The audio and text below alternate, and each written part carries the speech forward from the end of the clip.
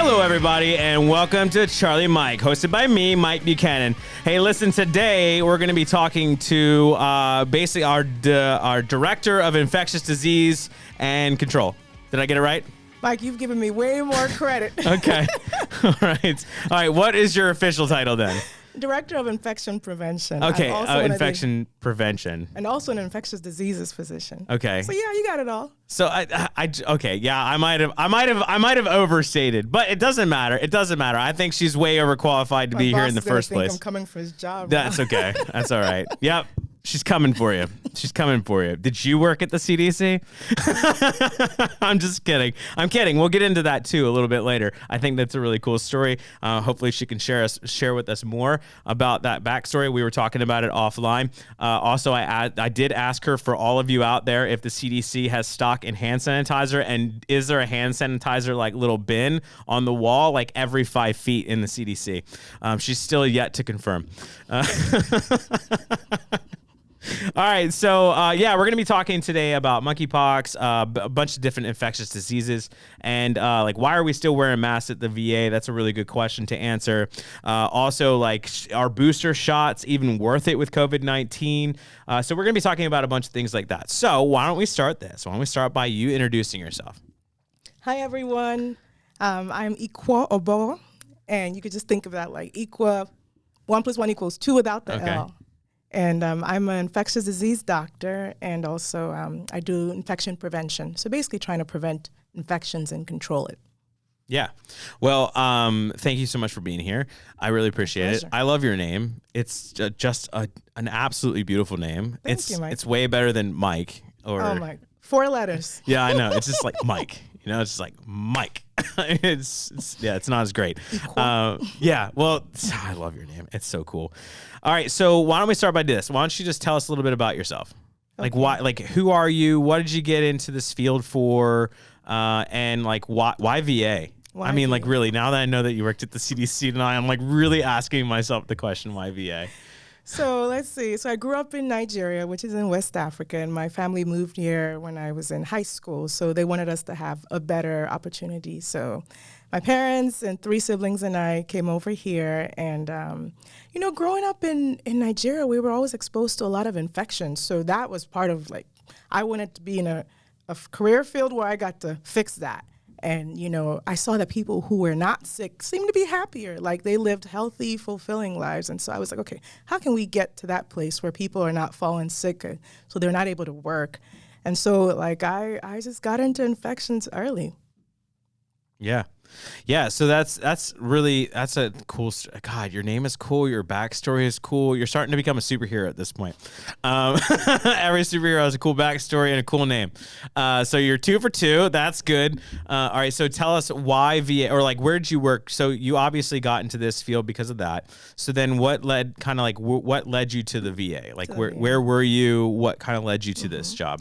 So before here, I was doing global international HIV work.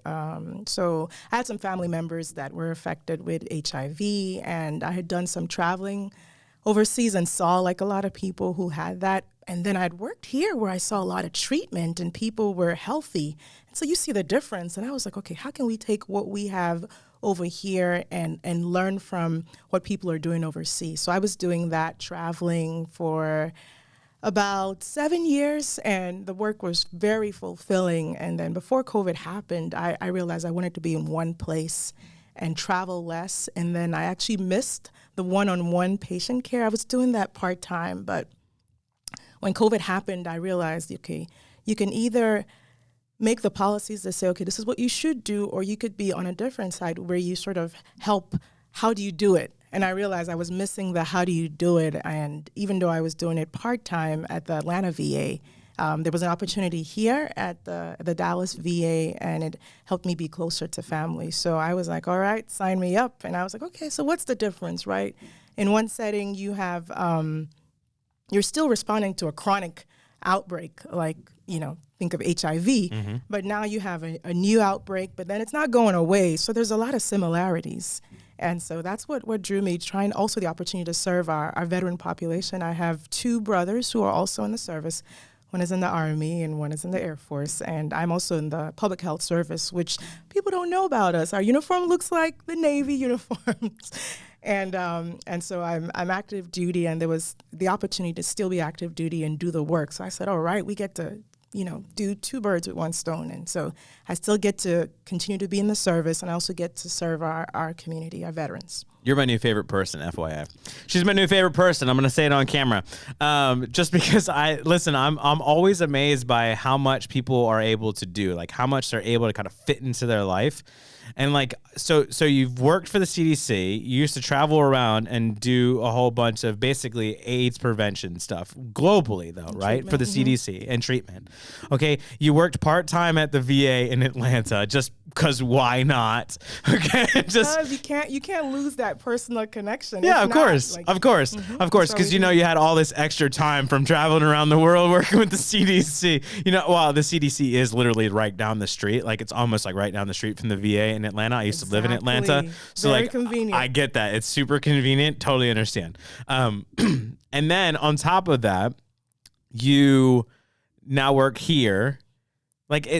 That's insane. It's just insane. And you're a part of the public health uniform services. That's, you know how that's possible? It's nutty. When you have a great team. That's insane. You don't have to do it all. You okay. know? So family, spouse, anything like that? I'm just digging into your life now.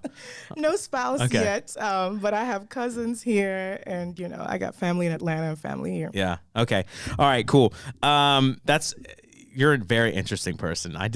We should have done this in the pre-interview. I should have asked all these questions, because now I'm just kind of flabbergasted. Like, I don't even know where to go from here, because I'm just so kind of amazed. I'm just like, I didn't realize like how superhero-ish you were.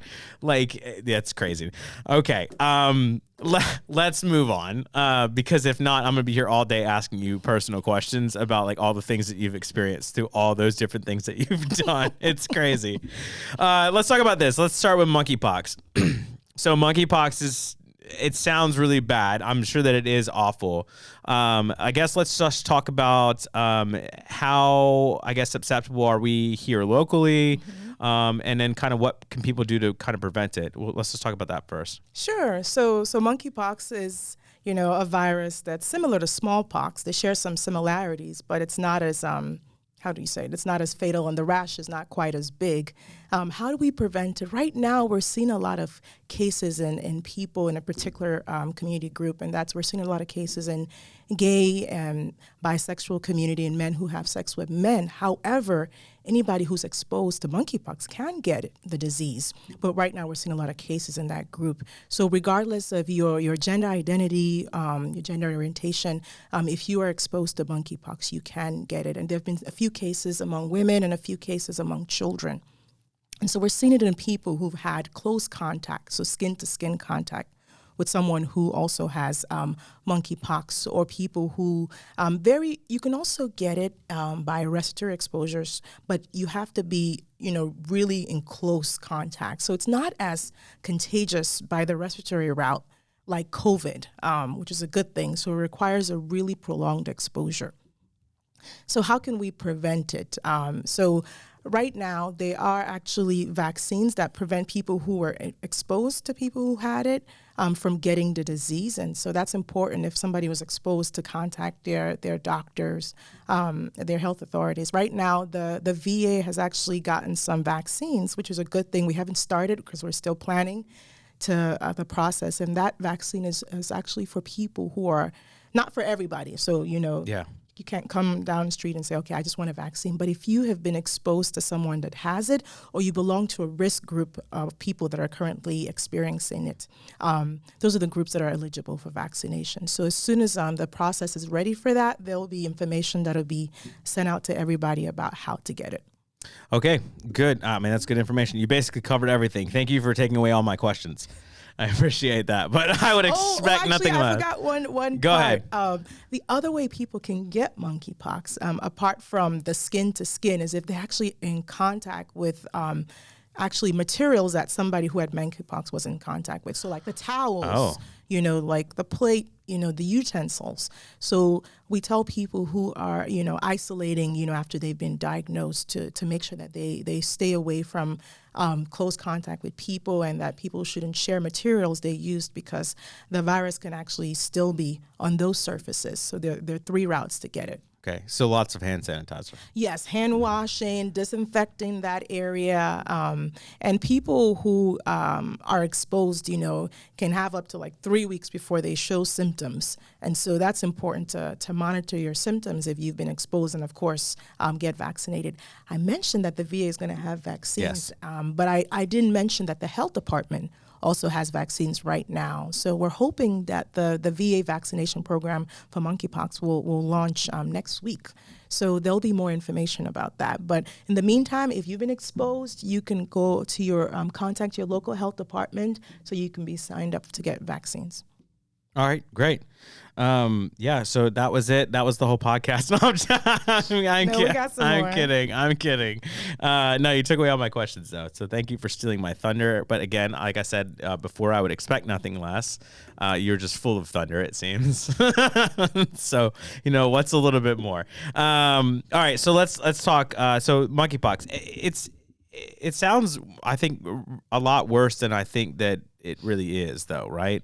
That's a very good point, right? Because it's a newish disease to people, and I think that can cause a lot of hysteria. I think it's important to know that most people who get monkeypox recover, and meaning they don't even need to be in the hospital. The rash, comes up and it takes about 2 to 4 weeks.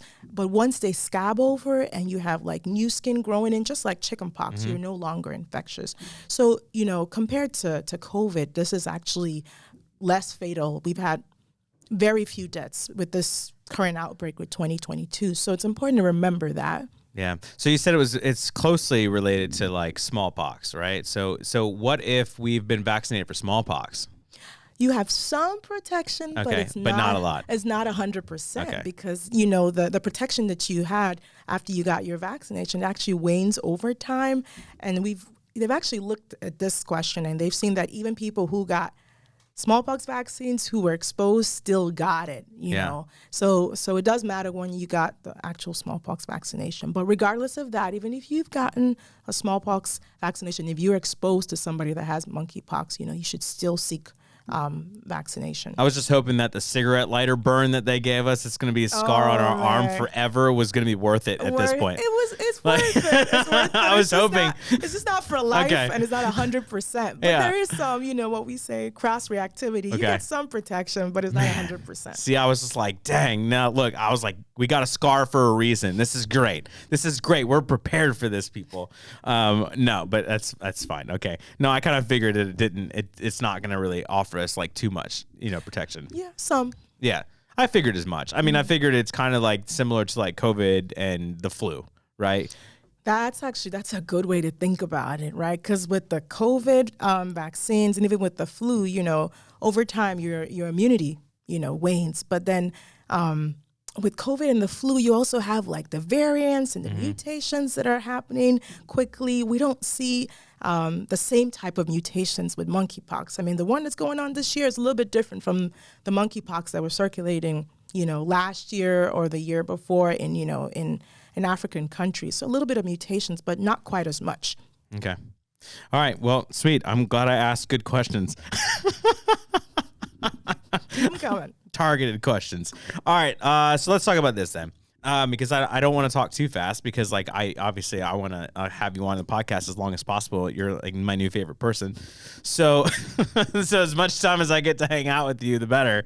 So let's talk COVID-19 then. All right. So COVID is a thing that I think all of us are obviously trying to avoid, but it's just it's kind of here to stay. I mean, it really is, right? I mean, it's kind of at this point now, it's just like the flu every year. Everyone just kind of expects to get the flu at this point, right? So people are pulling back on, restrictions a little bit here and there, right? And I know that, but let's kind of talk. Let's start with this.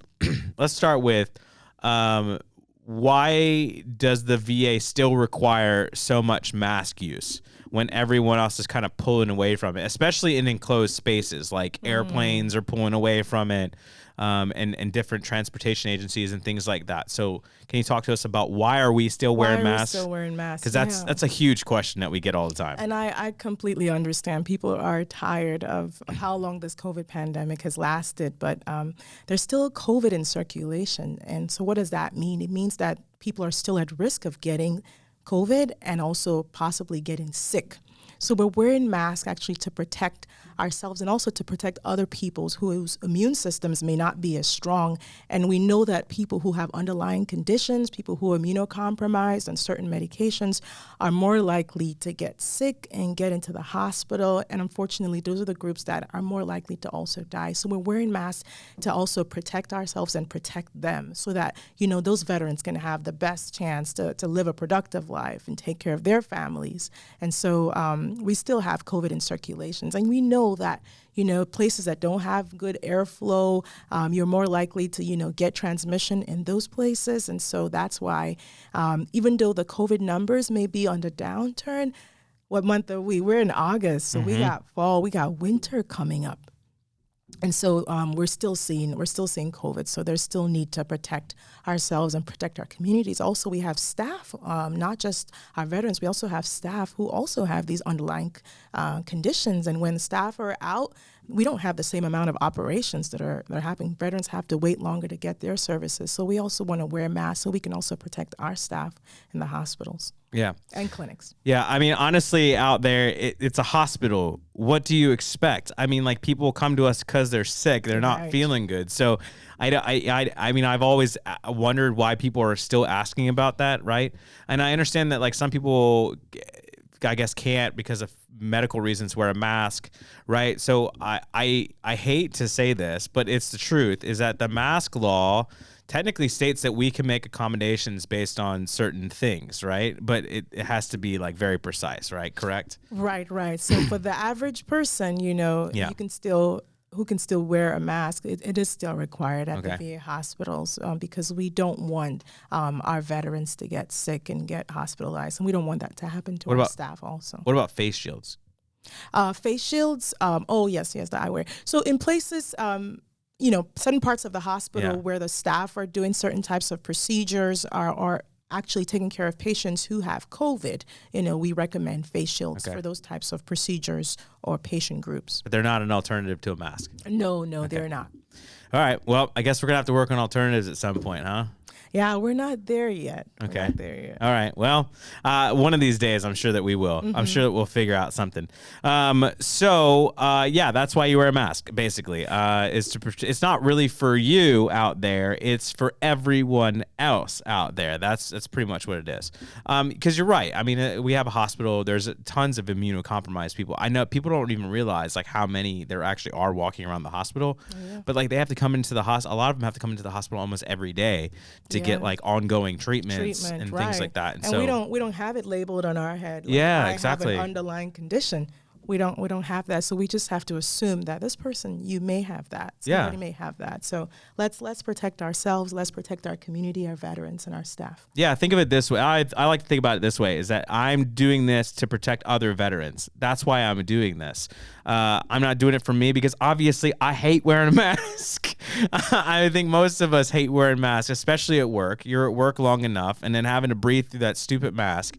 Like, no one likes it. No one enjoys it. But I'm here and I work here to help veterans and protect veterans. And if that's what I have to do to protect a veteran, even one veteran that might be immunocompromised around me and I might have COVID or might have been exposed or whatever, then it's just like, who cares? I'm going to put a mask on. I'm going to go to work and I'm going to go do my thing. Yeah, it's not that big of a deal. I don't know why people. Yeah, I think simplified. Yeah. Yeah, and I'm not trying to be dismissive about it. I'm just trying to say, like, I mean, figure it out. Like, it's not about you all the time, right? Like, I think we have trouble with that sometimes as human beings, right? It's not all about us. It's about other people too. Right. We are in a community. Yeah. And how can we best, serve people around us as well? Yeah, exactly. I mean, I don't know. Well, I'm sure you dealt with a lot of that at the CDC. I'm sure you dealt with a lot of population groups who were just like, Why am I doing this? I think we dealt with it from a higher policy level, you know, but when you actually are working directly with the group, and you get to hear people's reasons why, I think it helps you think of what is the way I'm going to respond to this. But when you are farther away removed from it, you know, you may not understand why people, or what is it they're associating a mask with, right? If I go into a grocery store, you know, quickly just for like 2 seconds, like with somebody, people in my community think maybe because I'm wearing a mask that I have COVID. So one of the reasons actually I love medicine is hearing people's stories. Yeah. And I think if you understand maybe the reason why somebody doesn't want to wear it, it helps you think of, okay, what's the best way I can advise better? Yeah, you make a great point. Of course you do, though. All right, let's talk boosters. Do they work? Do we need them? Why in the world do I need so many booster shots? Like, at this point, I feel like I'm just going to get a shot every, 4 to 6 months. Yeah, so boosters, I always think of boosters and the virus as let's think of superheroes. I was going to say Batman. Who's Batman's arch enemy? The Joker. The Joker, all right. So COVID is like the Joker, and then boosters and vaccines are like Batman, right? So the Joker tries to come up. I mean, Batman, 1, 2, 3, he's up to different tricks, right? Yeah. So that's how the virus is mutating.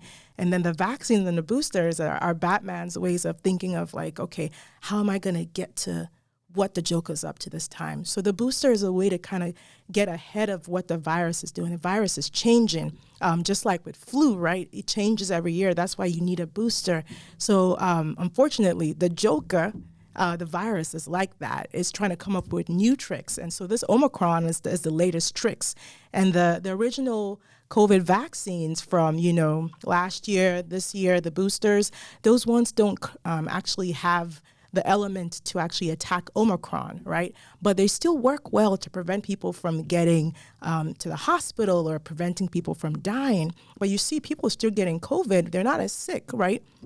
But the boosters that are coming up, the Omicron-specific boosters, is actually say, okay, now we got to address the parts of the virus that has changed for Omicron to actually prevent people from getting sick, from people getting hospitalized and getting dead. So it's actually a way to just keep up with the Joker's tricks. Okay. Yeah, that's a great explanation.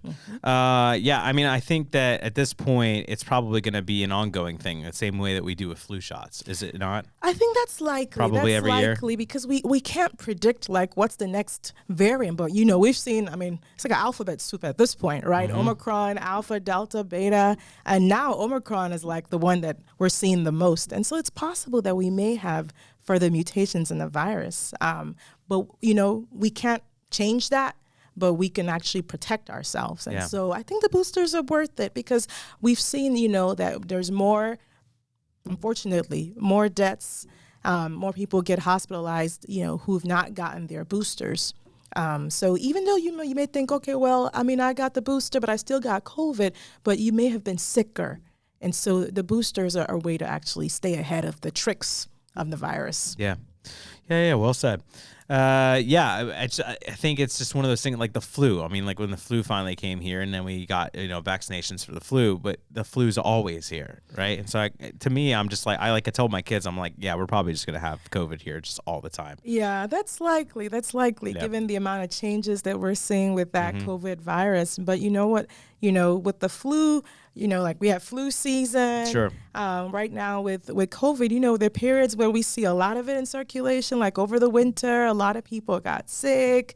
And then, during the summer, it went down a little bit. So we're likely going to see highs and lows of it. Okay. And I think one thing to remember is that, things are changing. So, the guidance may change depending on how much of the virus is circulating or what new tricks it comes up with. And so we have to be, I think a little bit patient with that. 2 years ago, we were just brand new to this thing. And now we know a little bit more. We're 2 years in. So we got to try to stay ahead of it. Well, we just look on the bright side. At least we have toilet paper now. So that's yes. That's a plus. That's a plus. We have toilet paper, yes. That's right. We have toilet paper now, and we're not all wearing N95 masks that you can't breathe in. everywhere that we go, and we're all wearing gloves, and people are like, literally looks like the apocalypse, like a nuclear apocalypse, so people wearing gas masks and all sorts of stuff. Yeah, we know more about how it spreads, and that that respiratory route is actually how it spreads the most. Yep. All right. So that's COVID. Now, I know we talked a little bit about flu. So flu season is coming up. Winter is coming. Any Game of Thrones fans out there? Winter is coming. Yes. So flu is coming. So I guess let's talk about flu and kind of how does it differ, and then when are vaccinations going to be available? I guess that's a big question, right, for VA. Yeah. When can we get vaccinated for it? Right. I love that enthusiasm for when vaccines will start for flu. So I think, a lot of the things that we are doing for COVID will also be applicable for flu. We're already wearing masks for COVID. And so I think that's going to be helpful when we think of flu. We're like, okay, we already are used to trying to protect ourselves, right? Because you remember when people get flu, then they're out of work for a few days. So the same thing, they're not able to, do the work that they need to do for their families. So in that regard, flu is also spread mostly by the respiratory route. So, let's use what we've learned from COVID. We're already wearing our mask in the hospital, so we'll keep on doing that for flu.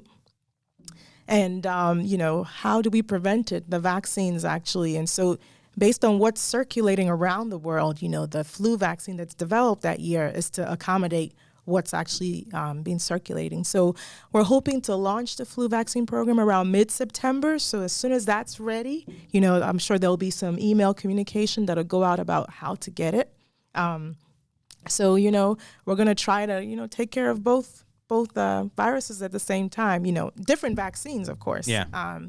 But, we're going to have boosters, Omicron-specific boosters available, and we'll also have flu vaccines available. That's a lot of vaccinations. God, I feel like we're back in the military again. That's what I feel like. I feel like I'm back in the military and I'm sitting on that bench and they're just giving you shots just in left and right arm. That's insane. But I mean, I guess definitely worth it, right? Obviously. I mean, it's an infectious disease, right? It's an infectious disease, right? You gotta control it, because if you don't control it, then it gets out of control, and then we see no more toilet paper, and no one doesn't. I mean, who wants the no more toilet paper? I mean, that was like literally people, I think, were like trying to shoot each other in the street just for toilet paper. Like it was insane. Yeah, I have this thing about like, what is in your control and what is not in your control, right? If the virus changes, that's not in your control, but your ability to protect yourself, to protect your family members, because if you don't have it, then you don't spread it to them, and the ability to protect your community, that's something that's within our control. Sure. All right, so I'm going to talk about a few more things just because I kind of want to get some of these things out there.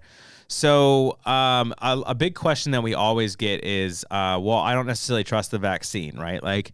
And I don't trust the vaccine because I feel like they built it too fast, okay?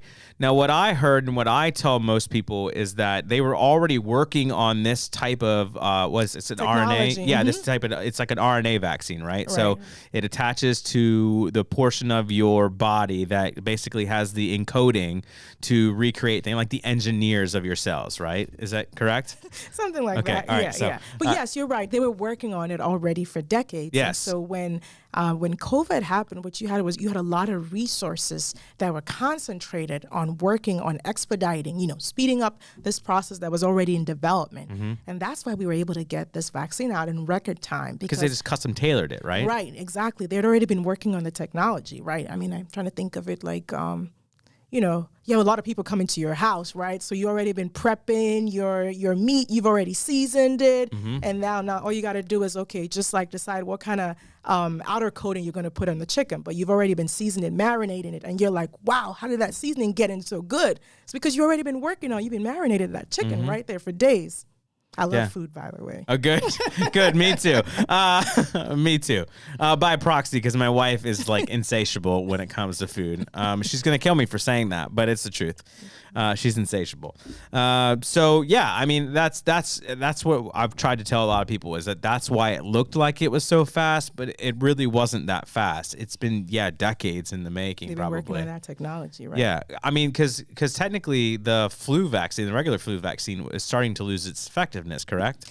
So the effectiveness of the flu vaccine depends on the year, and what else is circulating. And so over time, yes, that goes down, but that's because the virus goes through some changes. Sure. And that's why the effectiveness changes every year.